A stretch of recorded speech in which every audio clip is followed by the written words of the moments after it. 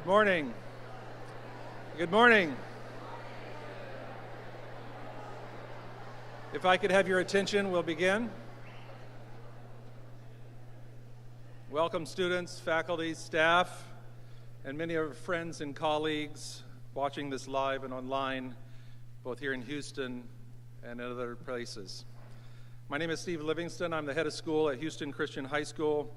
Each year, the George and Barbara Bush Center for Scholars and Leaders hosts a Distinguished Leader Speaker Series.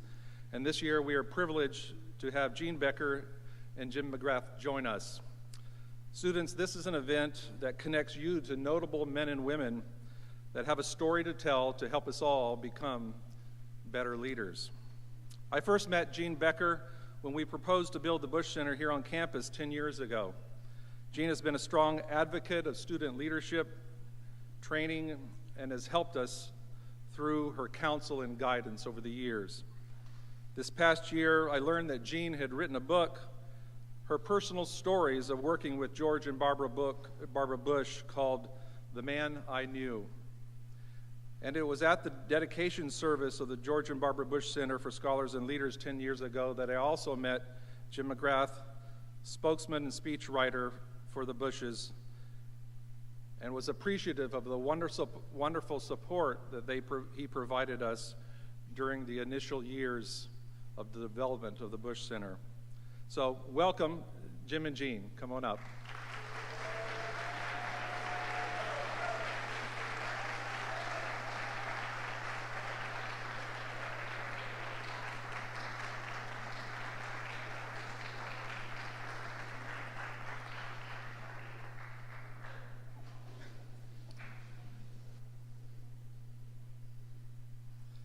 At this time, I'd like to also introduce Jenny Honick, who will be co-hosting this event with me. Jenny is a member of our faculty, focusing on leadership training and our International Student Leadership Program in the Bush Center. Jenny.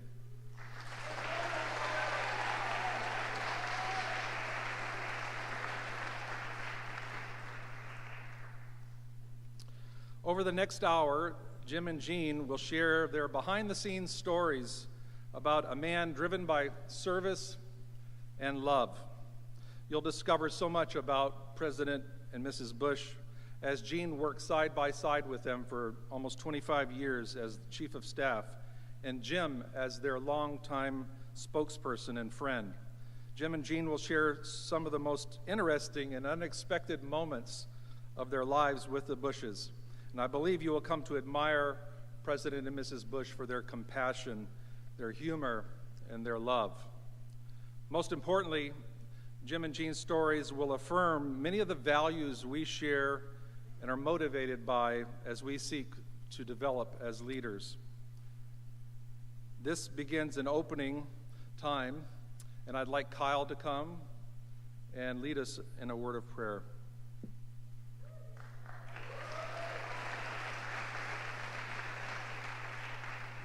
Bow your heads, please. Lord, you are good. Lord, I thank you for the opportunity that the school has to just host these amazing guests and these amazing leaders. Lord, I pray that we keep our eyes on you and that we be mindful of the amazing blessings that you have in our life, and just to be aware of all the things that you're doing for us and to trust in you and to put our faith in you. Lord, I pray for the safety and health of everyone here, and in your name I pray, amen. Thank you, Kyle. Within the 5 leadership domains that we teach at Houston Christian, there are several concepts that emerge in our leadership courses and activities. I would call these 6 C's, if you will, and our students know these: calling, character, competence, courage, communication, and compassion. And so over the next few minutes, Jim and Jean are going to highlight these characteristics through a series of questions that we'll be asking them and give you a glimpse into the legacy of President and Mrs. Bush. Jenny, let's begin. It has been so wonderful to get to know you both a little bit more this morning, and we are so privileged to have you both here. And these students in this room, the majority of them have taken the leadership course in 9th grade, and we watch a documentary called 41. And so the students have studied the leadership and the life of 41.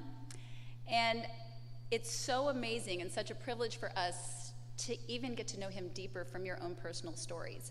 So I'd like to start today, and I just want to ask the question, and Jean, I'll ask you first. I want to know when you first met the Bushes and what your impression of them was.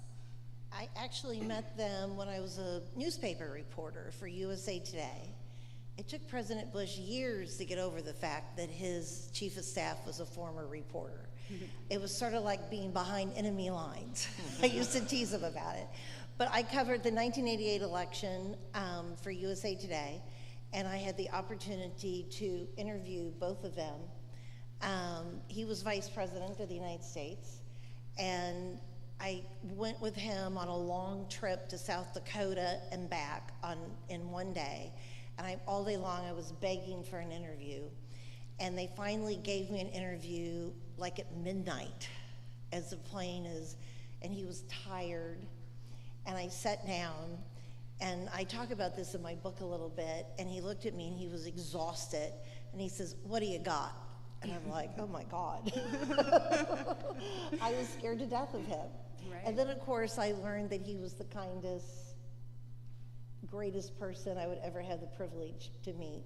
And Barbara Bush and Kitty Dukakis, who was the wife of the Democratic candidate in 1988, they wrote a column for USA Today during the 88 campaign, and I was their editor, which is really how I ended up eventually working for them. I got to know both Kitty Dukakis and Barbara Bush really well. So I was really intimidated by her. But so smart and funny, and so that was the beginning of a lifelong journey for me. Wonderful. And Jim, I'm going to ask you the same question. When did you meet the Bushes, and what was your impression? Well, I'd say the first time I really met George Bush, I was already a member of his staff here in Houston. I'd been hired, and they were in Maine when I got hired, so they came back. And I was about to be married.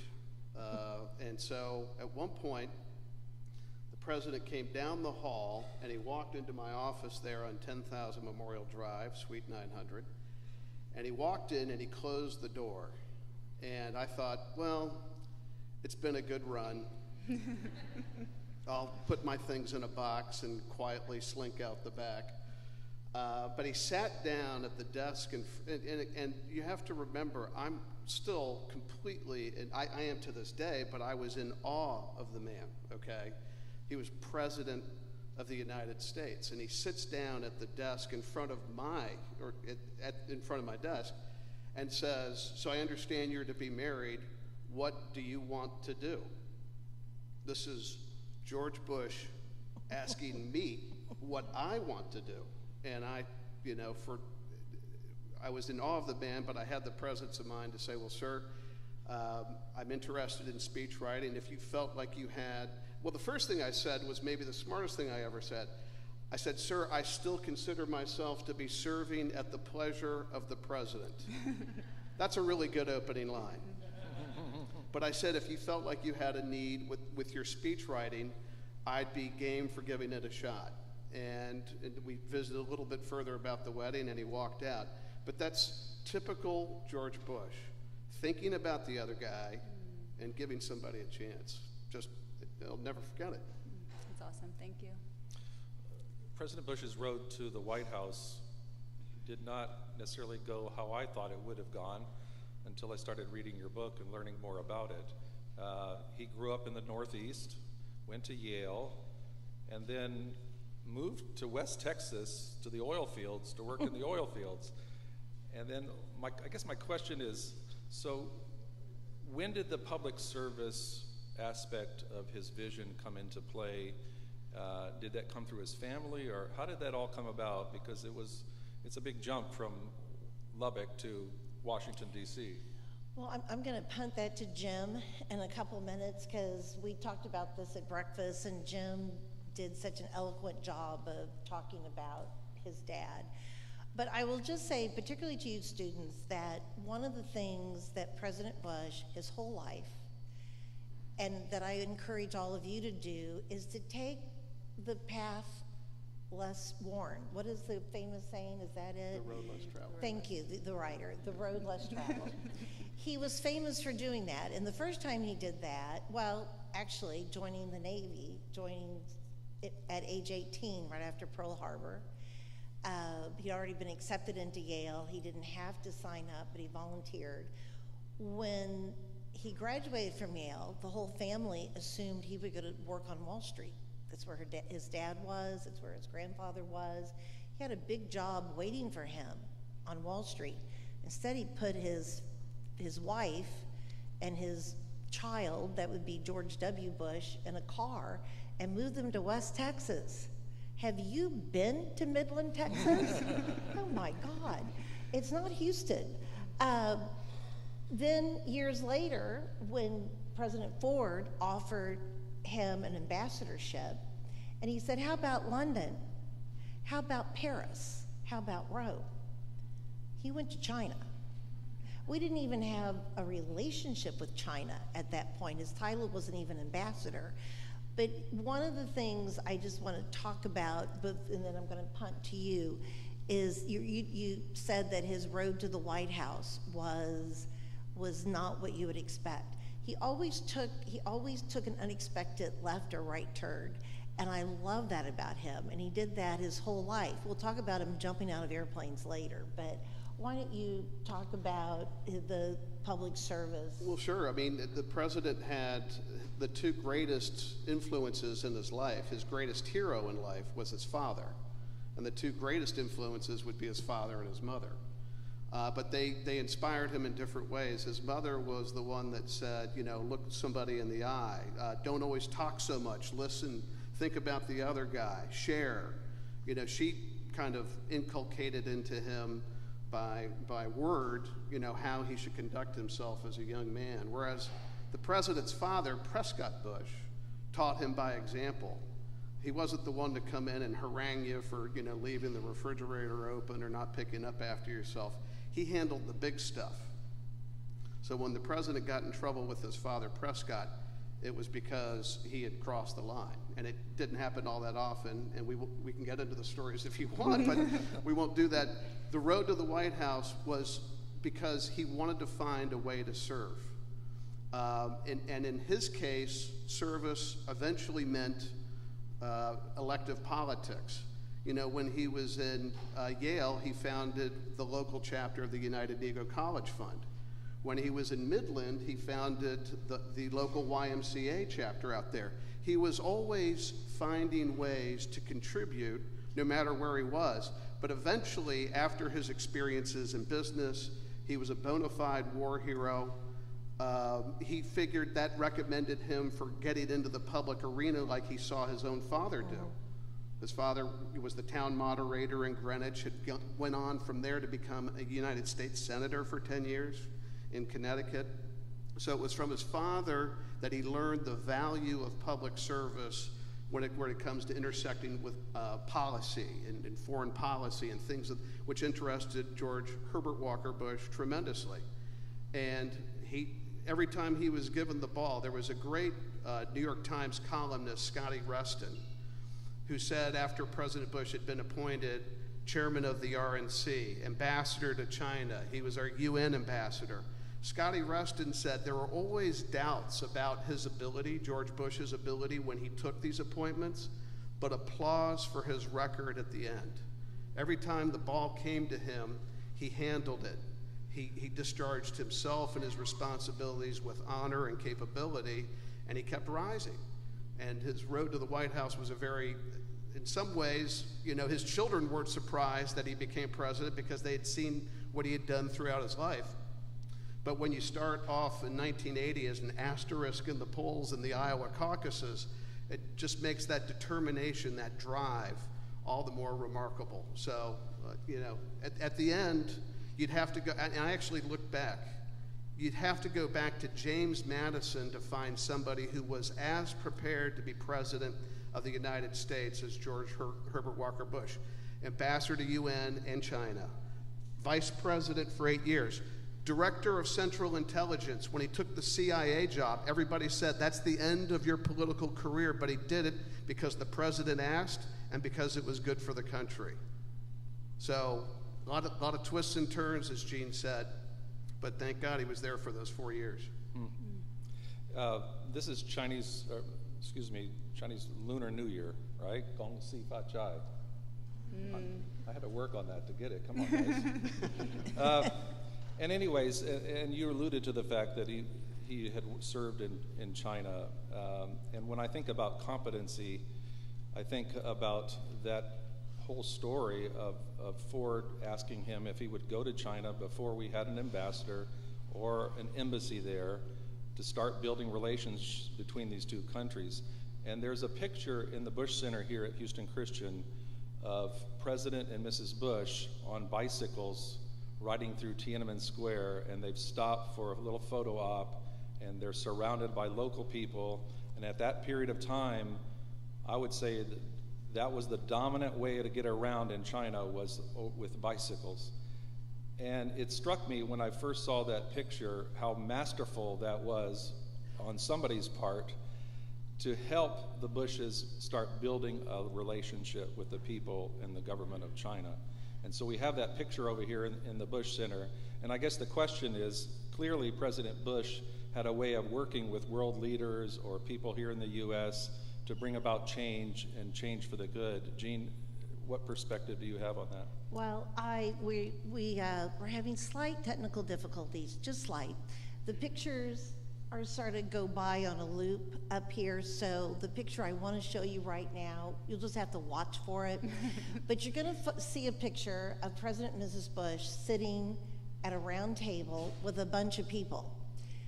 And I'm going to tell you who those people are. President Bush's 80th birthday.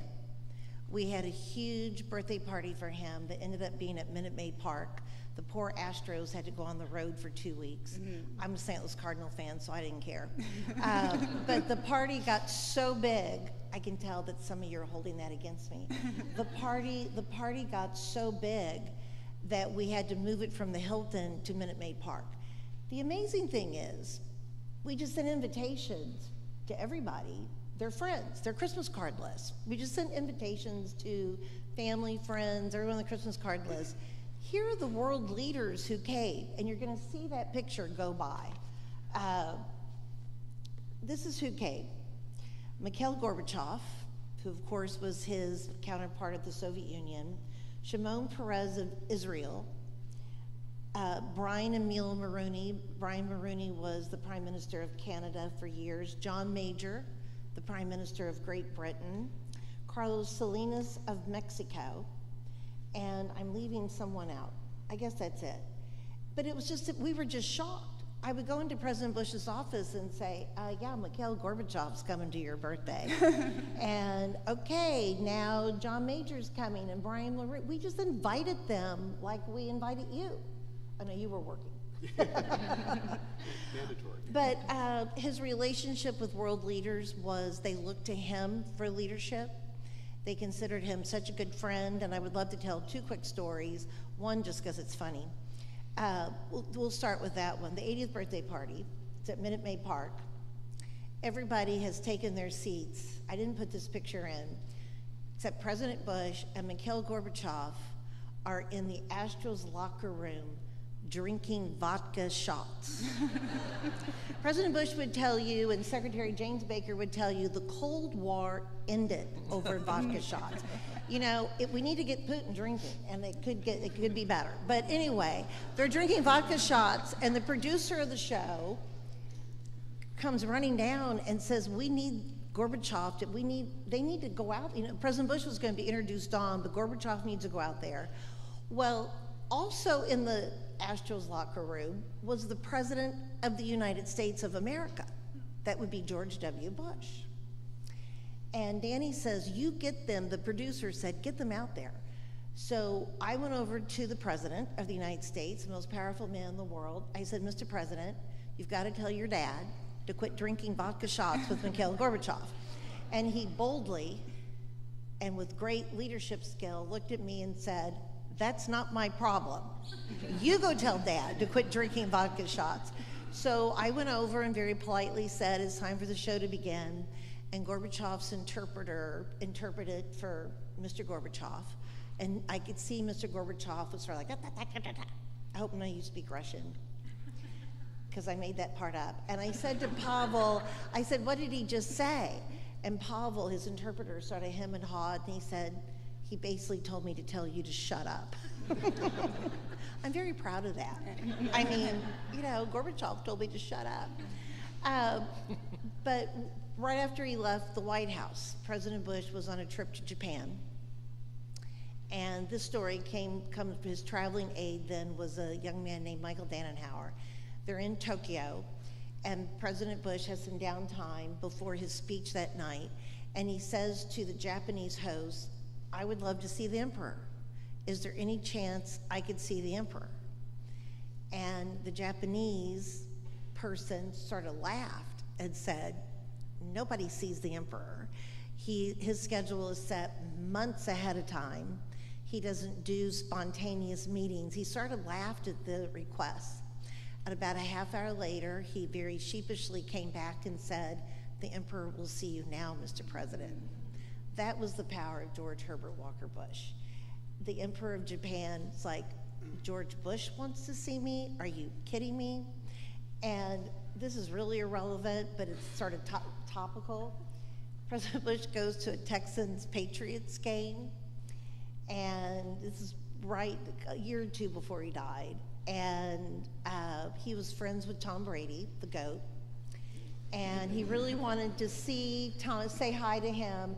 Anyway, President Bush had to leave at halftime because he wasn't feeling very well, and he went to the Patriots locker room underneath Texan Stadium, and there was a security guard outside, and President Bush asked to see Tom Brady, and the security guard said, I'm so sorry, sir, but no one's allowed in the locker room during halftime, and I'm sorry, it's totally off limits. And President Bush totally got it. He was a sportsman, so off they go down the long hallway, and I don't think you were with him. I think Evan was. His aide, Evan. Evan says, all of a sudden they heard clackety-clack, clackety-clack, clackety-clack.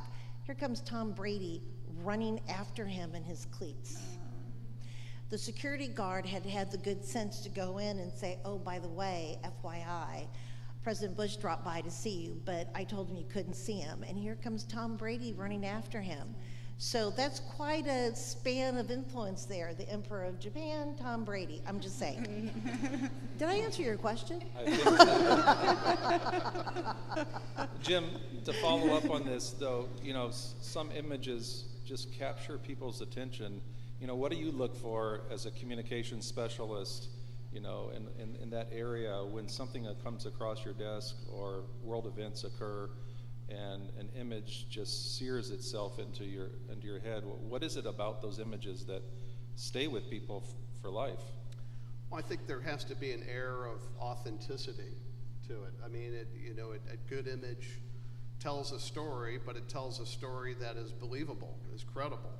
And, you know, I could dovetail on Gene's stories. You know, in the mid-'90s, after 41 left office, you know, the UN General Assembly normally happens in September.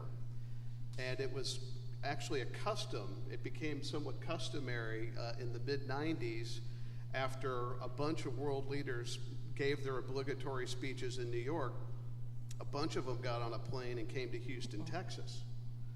And we started having regular meetings with sitting world leaders with the president at his home in Houston. It was, again, vintage George Bush to reach out, invite them, have them to his home, but it shows the respect that he was held in, that this parade, I mean, Yasser Arafat, Carlos Menem from Argentina, I mean, the list goes on, and we would do these press availabilities in the president's driveway because he wanted to make sure Houston knew that these world leaders were coming here, but he also wanted to afford these heads of state proper respect. And one image that stands out to your question, Steve, was Carlos Menem was coming, and he had a great relationship with Menem. They had played tennis together.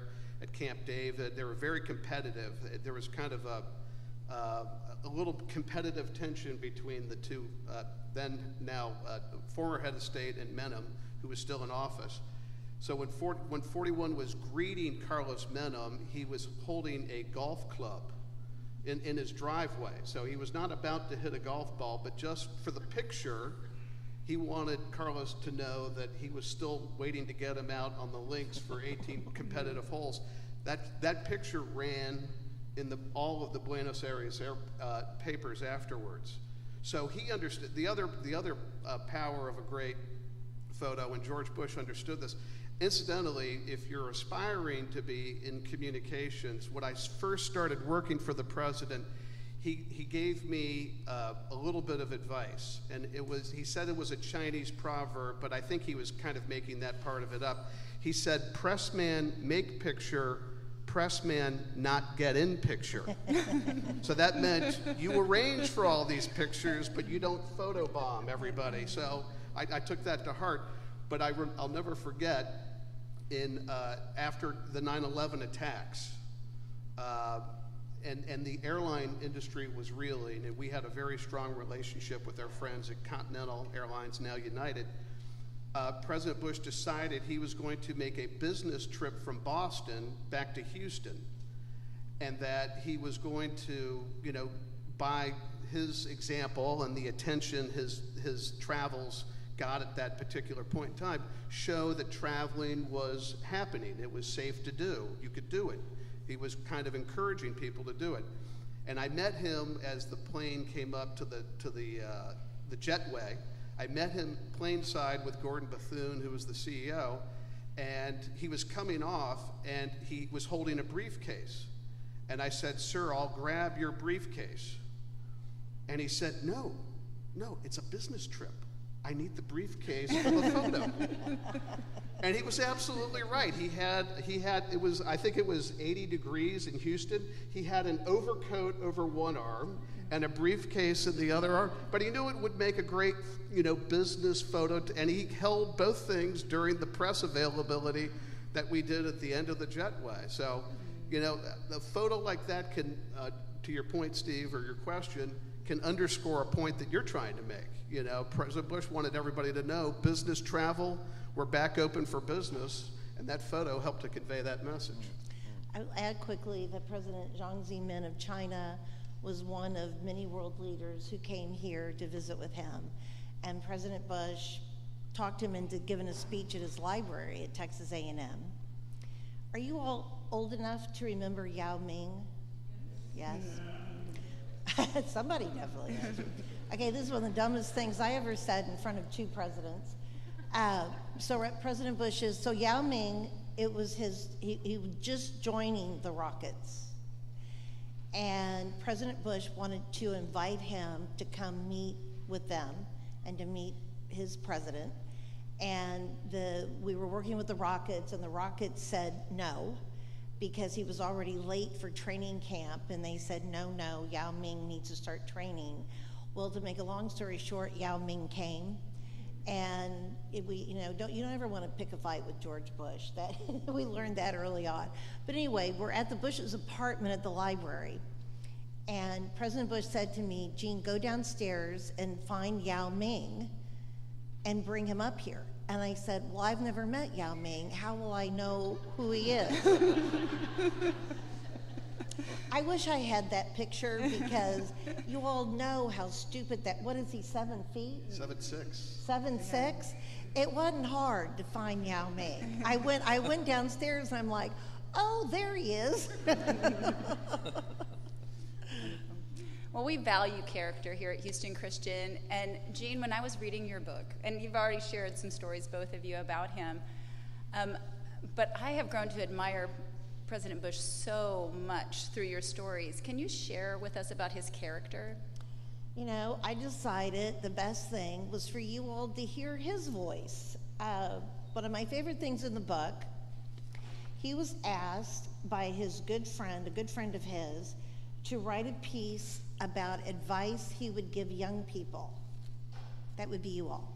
He wrote this in 2003 for a magazine called Leaders Magazine, And he had 10 pieces of advice. And I would just love to read them to you because this is advice we can all live by. So these are the words of George Bush. Number 1, don't get down when your life takes a bad turn. Out of adversity often comes challenge and success. Number 2, don't blame others for your setbacks. Number 3, when things do go well, always give credit to others. Number 4, don't talk all the time. Listen to your friends and mentors and learn from them. Number 5, don't brag about yourself. Let others point out your virtues and your strong points. Number 6, give someone else a hand. When a friend is hurting, show that friend that you care. Number 7, nobody likes an overbearing big shot. Number 8, yeah, I giggle at that one too. Number 8, as you succeed, be kind to people. Thank those who help you along the way. Number 9, don't be afraid to shed a tear when your heart is broken because a friend is hurting. Number 10, say your prayers. I think this list says everything about his character. Yes. It says more about his character than I can tell. Wonderful. He wrote this from the heart for people, young people your age. And let's face it, a lot of adults need to hear this. I read this to adults too. We all need to hear it, for We sure. all need to hear that. Yes. Can you share with me about him jumping out of an airplane in his upper 80s? So he was one of the smartest people I ever knew. He was also crazy. He first parachuted, how old was he when he first parachuted? 75, I think? Well, the first time, of course, was during World War II. Well, so President Bush, he would hate this because President Bush hated trite words and trite sayings. He needed closure, is why he parachuted in 1997. As you may or may not know, President Bush was shot down during World War II over the island of Chichijima, and he was rescued by an American submarine, and the rest is history. Both of his crew members died that day. Well, he came into my office one day. There's an entire chapter in my book called I Have an Idea. And boy, he did have a lot of ideas. And he told me he wanted to jump out of an airplane.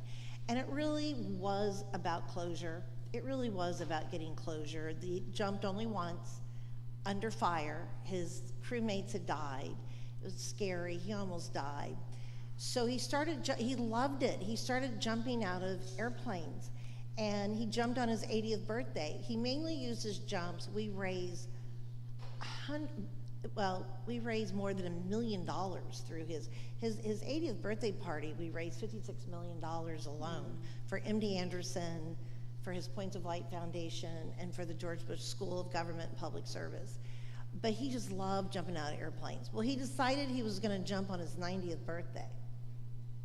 And his wife said to me, "You stop this." And I wanted to say, "You're his wife. You're Barbara Bush." And she said, "No, you stop it." So I tried to talk him out of it. And I said, "Sir," he was in a wheelchair. "What's wrong with this picture? He's in a wheelchair and he's going to parachute out of a plane." I said, "Sir, this is not a good idea." And I got nowhere. And so I called his oldest son, now the former President of the United States.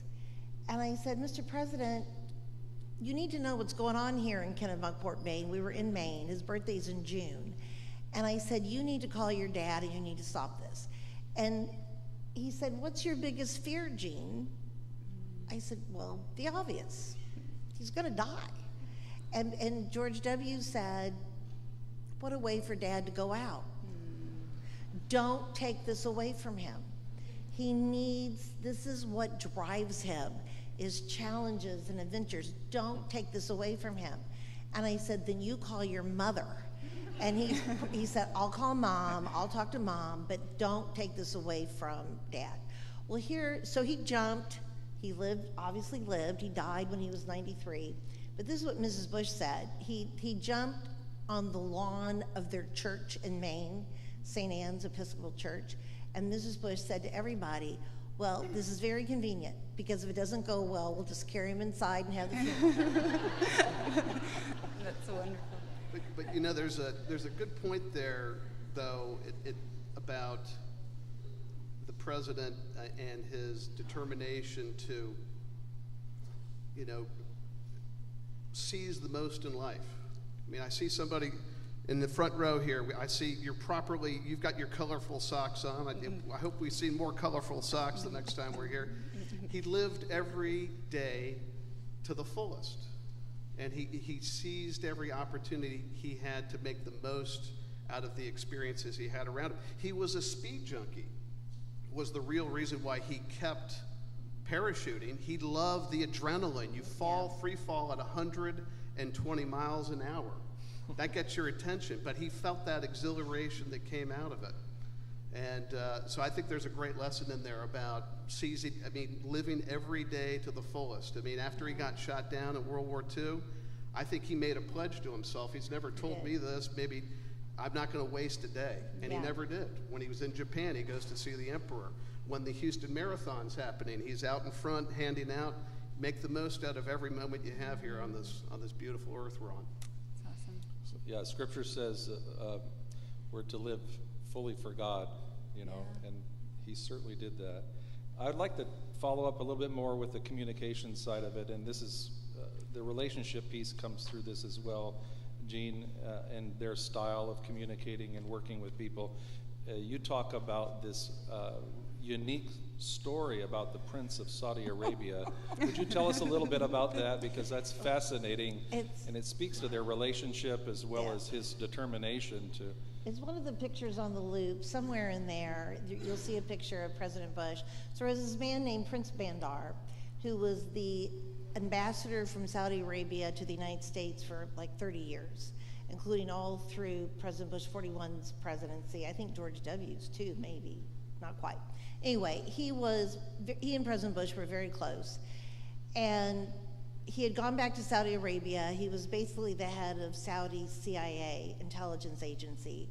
And this is sometime during, I think, George W.'s presidency. I got a call one night from someone who used to work for Secretary Baker, Margaret Tutwiler. And Margaret says, have you heard the rumor? We think the Syrians have assassinated Bandar. He has not been seen in public for months.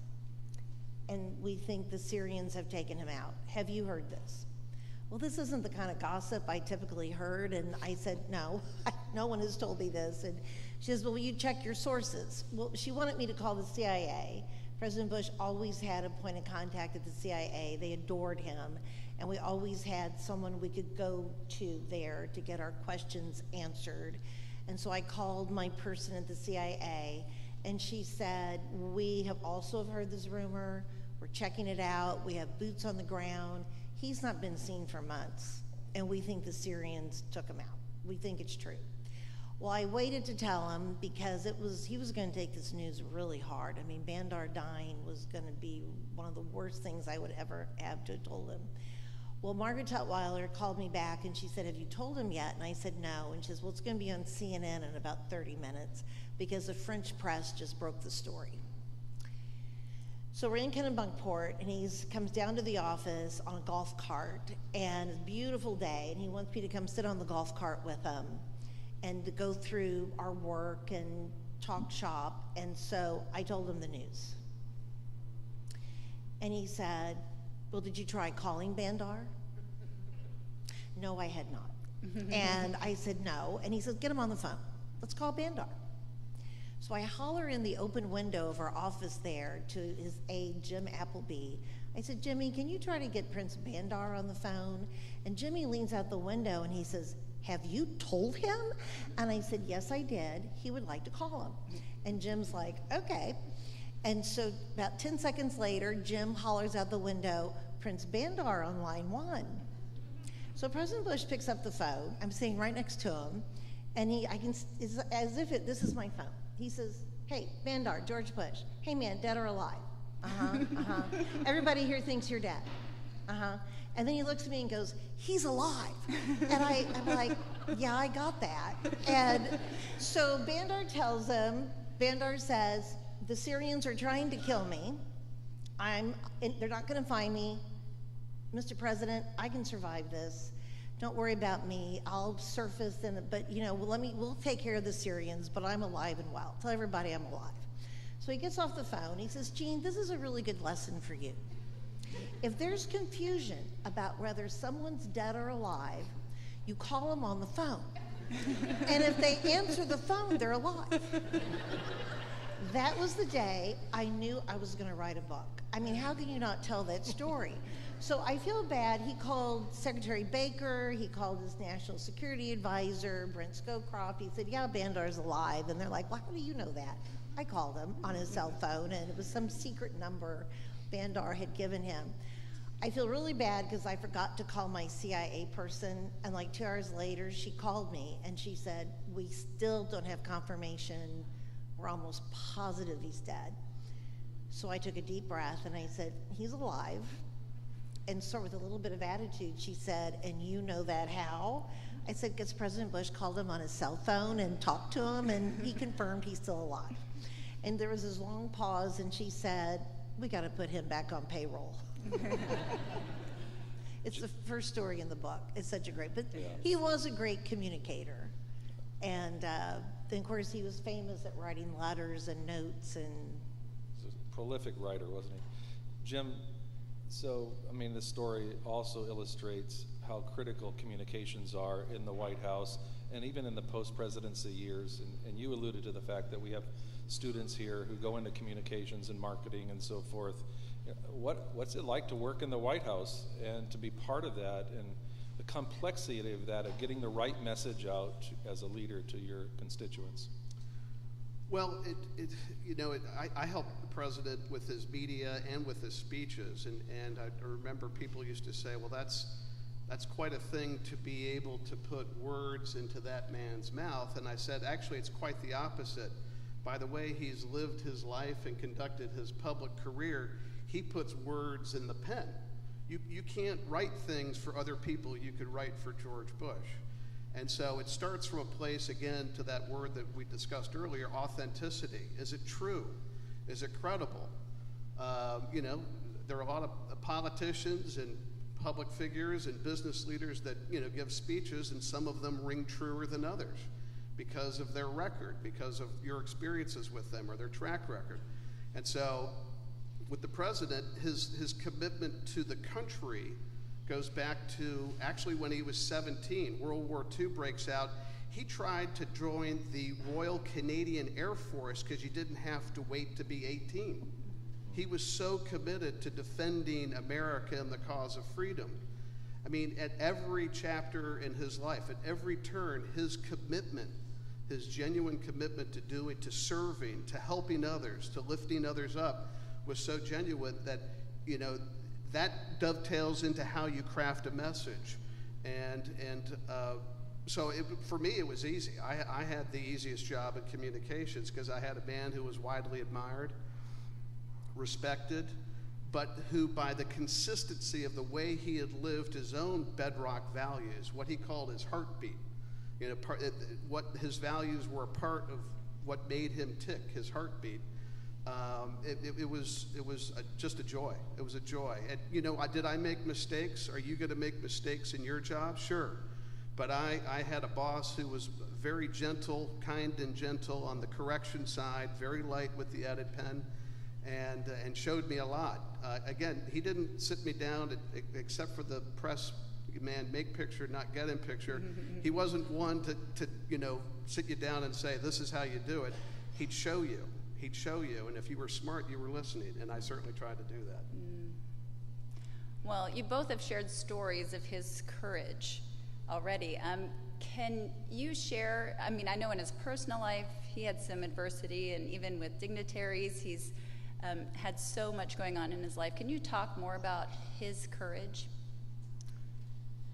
Well, on the loop, there's a picture of the January 20th, 1993. That's when he ceased to become president of the United States, and Bill Clinton became president. And I included a picture of the Bushes meeting the Clintons at the White House before the inauguration. And, you know, that was not an easy day for George Bush. I mean, it was a tough election. You all weren't born then, I don't think. Your teachers were, but the students were not. But it was by today's standards, it probably wasn't that tough an election. But it was, you know, President Bush had no love lost for Bill Clinton. And we'll come back to that later. But here, President Bush, he had a lot of speed bumps in his life. Got shot down. He and Mrs. Bush lost their 3-year-old daughter to leukemia in 1955. And he lost, as he used to say, I got fired by the American people.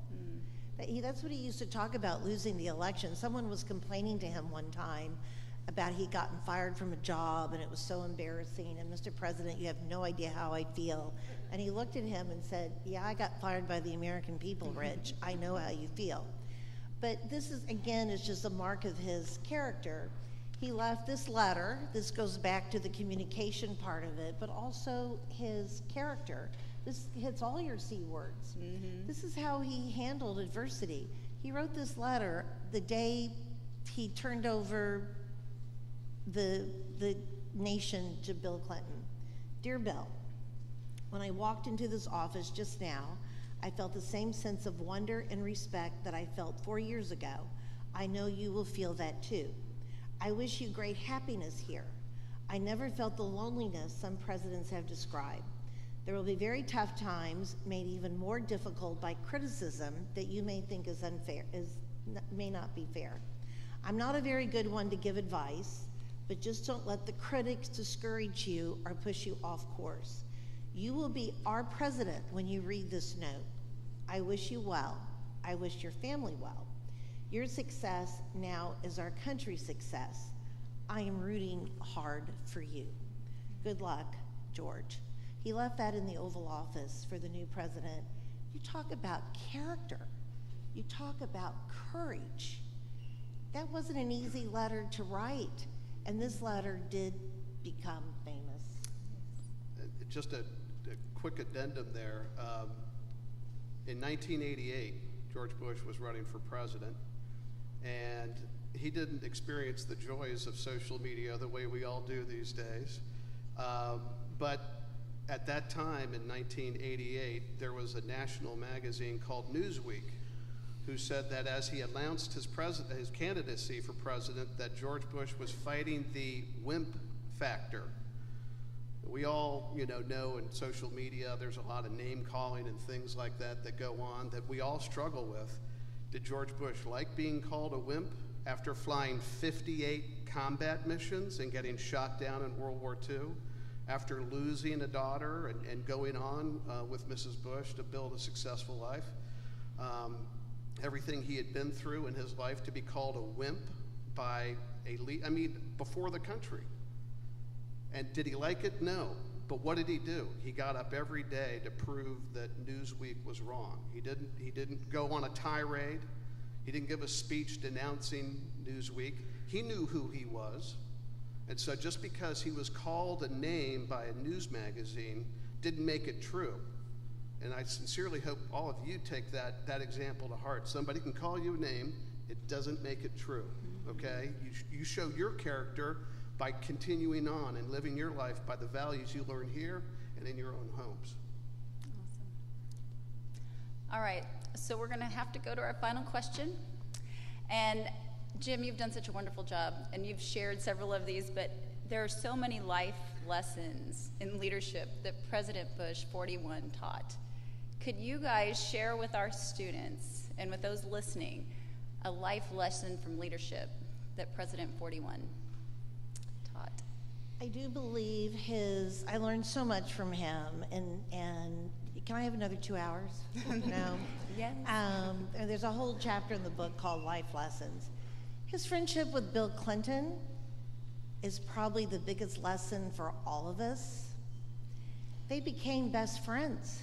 They loved each other. Mrs. Bush is convinced that President Bush was the father Bill Clinton never had, and I do believe that's true. But they came together to help raise money for disasters. They became the disaster duo, and they loved it. and they raise hundreds of millions of dollars, both around the world and here in the United States. But here is what President Bush taught me. He and President Clinton didn't agree on a lot, but President Bush, more than anyone I've ever known, knew how to find the best in everybody. And he found the best in Bill Clinton. President Bush had a servant's heart, and so did Bill Clinton. And they also found common ground, and they became best friends. If there was more time, I could tell you some really funny stories about their friendship. But President Clinton just wept at his funeral, and he was just devastated when his friend died. When you think about how long they came, how far they came, but what a great lesson for all of us. You know, we have this tendency now, and you read this all the time, where we live in silos. We tend to hang out with people who look like us, who think like us, who went to the same school, or, you know, we don't hang out with people of diversity anymore. We stay in our silo. Well, here's George Bush and Bill Clinton. They would argue politics all the time, but at the end of the day, they loved each other. They respected each other, and that friendship served all of us very well. I mean, they with the help of all the other presidents alone, raised $46 million after Hurricane Harvey. So I would say that's the most important lesson. I am devastated there's no time for the George Clooney story. Can I tell it quickly? You have an open mic, Gene. Did you kill me? No, go for it. This is just, because here's the other thing I would love for all of you young people to learn, and Jim already made this point. Don't be afraid to roll the dice. Don't be afraid to take chances. So President Bush and his big ideas. So it was after Hurricane Katrina. He and President Clinton had the Clinton-Katrina Fund, Bush-Clinton-Katrina Fund. But there was another hurricane called Hurricane Rita, which came a couple of weeks after Katrina and devastated what was basically left of Louisiana and part of Texas. There's a little town called Cameron, Louisiana. It just devastated, and including their hospital was destroyed. And a man named Richard Schlusswald called the office and said, if he could you maybe raise money to help us rebuild an emergency room? We have no health care here. And if we just had an emergency room, that could help the town get back on their feet. So make a long story short, we raised several $1 million. We had the money to build the emergency room. We're flying to Cameron the week before Christmas to give him the check, break ground. It's going to be a lovely program. The high school band was coming, and the governor, and blah, blah, blah. Well, President Bush calls me in his office. He says, Gene, I looked at the schedule, and it's really boring. And it really hurt my feelings. I said, and he said, what is boring about a former president going with, you're taking a check for $2 million, for heaven's sakes. He says, I have an idea. I'm like, oh, God. He says, Barr and I have fallen in love with this TV show. We watch it every night. It's called ER. And there's this great young actor. I don't know if you've ever heard of him. His name is George Clooney. And I think it'd be fun to invite George Clooney to go with us because he's on the TV show ER. And we're building an ER. Do you get it, Gene? Well, I look at him and I said, George Clooney is not coming to Cameron, Louisiana. I said, sir, we don't know him. He's not in my Rolodex. I said, his politics are a little to the left of yours, and I'm not sure that he's going to, fly from Hollywood to come to an event. George Clooney's not coming. And then I said, sir, here's the other problem. ER had been off TV for years. George Clooney is a big movie star.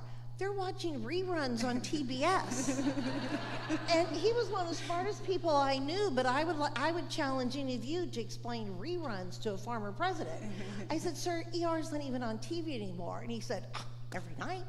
Barr and I watch it every night. I said, George Clooney isn't coming. Well, by now you know the end of this story because the picture's been up there about 10 times. And I love telling the story because the picture's just so darn cute. But George Clooney came. And that was another great lesson. It was, talk about a shot in the dark. Take it. Mm-hmm. What do you have to, if George Clooney had not come, well, okay. You take your best shot. but he came. It was a day that people in Cameron will never forget. Jim? Oh, I would say a leadership trait that I admired in the president that I think makes any leader more effective is humility. He knew what he knew, but he also was not afraid to surround himself as president and in other times with strong leaders. I mean, Colin Powell, Dick Cheney, Jim Baker, these are not shrinking violets. And so they were able to go in to tell the president how the cow ate the cabbage when he needed to hear it, and he was big enough to take it. You know, his ego was in check. He had the humility. And I'll never forget, it was about 10 years ago that Gene and I were having lunch with him at the Houston Country Club, almost 10 years ago, almost to the day. We were having lunch with him at the Houston Country Club, and we were going to brief him on his funeral for the very last time. He wanted to hear where the preparations were, and that he didn't want to talk about it anymore afterwards. And it was kind of a surreal conversation, as you would imagine telling somebody about their funeral at some undetermined date later on in the future. And I remember Gene and I walked him through the schedule, and I remember telling him from day 3 into the morning of day 5, he would be lying in state at the United States Capitol. And we had kind of a teasing relationship, so I said, so, you know, day 3 to day 5, you're lying in state at the Capitol. I said, honestly, sir, it's going to be the easiest part of the week for you. Fortunately, he laughed, but then he got quiet, and he said, do you think anybody will come?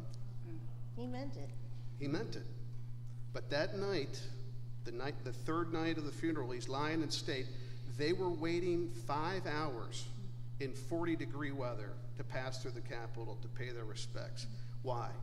A lot of reasons, but humility was one of them. He never knew he was he was a big name dropper. And we would tease it. He never figured out he was the biggest person in the room. He would be like, look, it's Tom Brady. I'm like, okay, he's the GOAT, but come on. I love that about him. He never figured out that people were looking at him and watching him, and it was funny. Thank you both for your work, for being here today. Thank you. Thank you.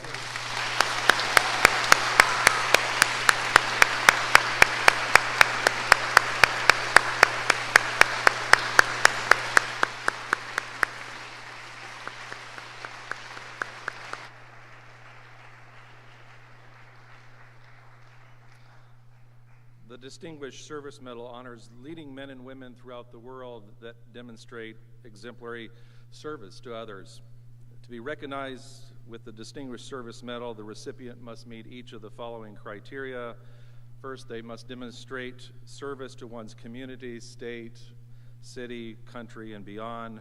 They contribute notably to the welfare of society. They reflect the values that are taught and promoted here at Houston Christian, and they connect their service and personal example to our vision for leadership. In past years, recipients have received the Distinguished Service Medal for their work in missions, education, the arts, philanthropy, and pastoral leadership. And today we're pleased to present Gene Becker and Jim McGrath, Houston Christian's highest honor, the Distinguished Service Medal for public service.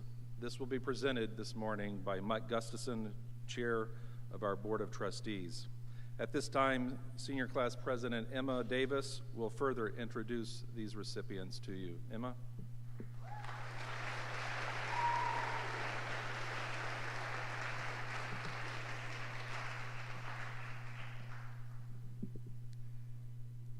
Houston Christian honors the leadership of Gene Becker with the Distinguished Service Medal for Public Service. She honorably served as the president as his chief of staff from March 1st, 1994 until his death on November 30th, 2018. She supervised his office operations in both Houston, Texas and Kennebunkport, Maine, overseeing such events as the opening of the George Bush Presidential Library Center in 1997 and the commissioning of the USS George H.W. Bush aircraft carrier in January 2009, and coordinating his special projects such as the Bush-Clinton Katrina Fund. She reported on influential leaders in public service throughout her entire career, including a 4-year stint at the USA Today, where her duties included covering the 1988 presidential election. Her selflessness and dedication is an exemplary model for our community, students, and families.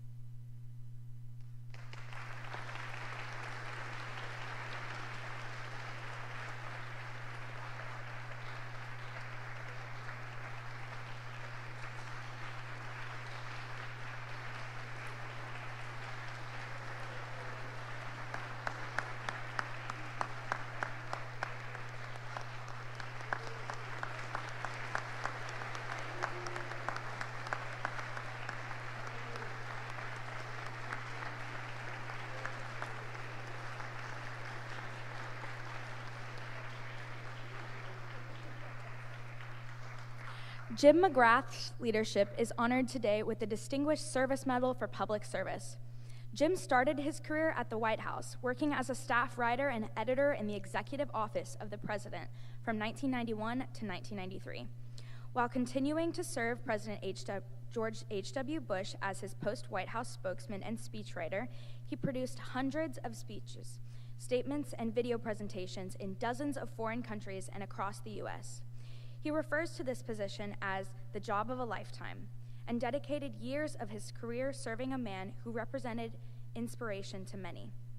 McGrath has counseled numerous political candidates at the local, state, and federal levels and written dozens of speeches, opinion ed pieces, and annual reports and website materials for businesses and civic leaders. His ability to achieve his clients' strategic communications objectives represents our ideal of a Distinguished Service Medal recipient.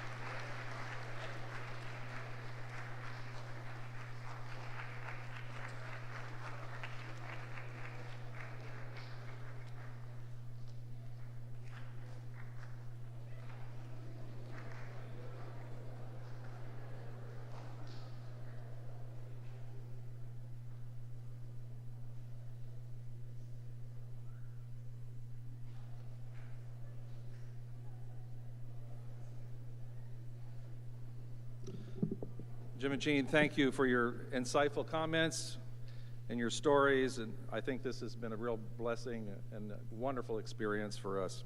So this concludes our assembly. We're going to have a benediction, and if Kayla Mackel will come up, she will give us that, and then we are dismissed. Please bow your heads. Dear Lord, thank you for this day. Thank you that we were able to host these amazing guests today. I pray that everyone here can take something away from what they've talked about, their life experiences, and just become a better leader in our own lives. I pray for all the athletes and actors here as the next 2 weeks go, that everyone just finds rest and stays safe. Bless this food we're about to eat. Amen.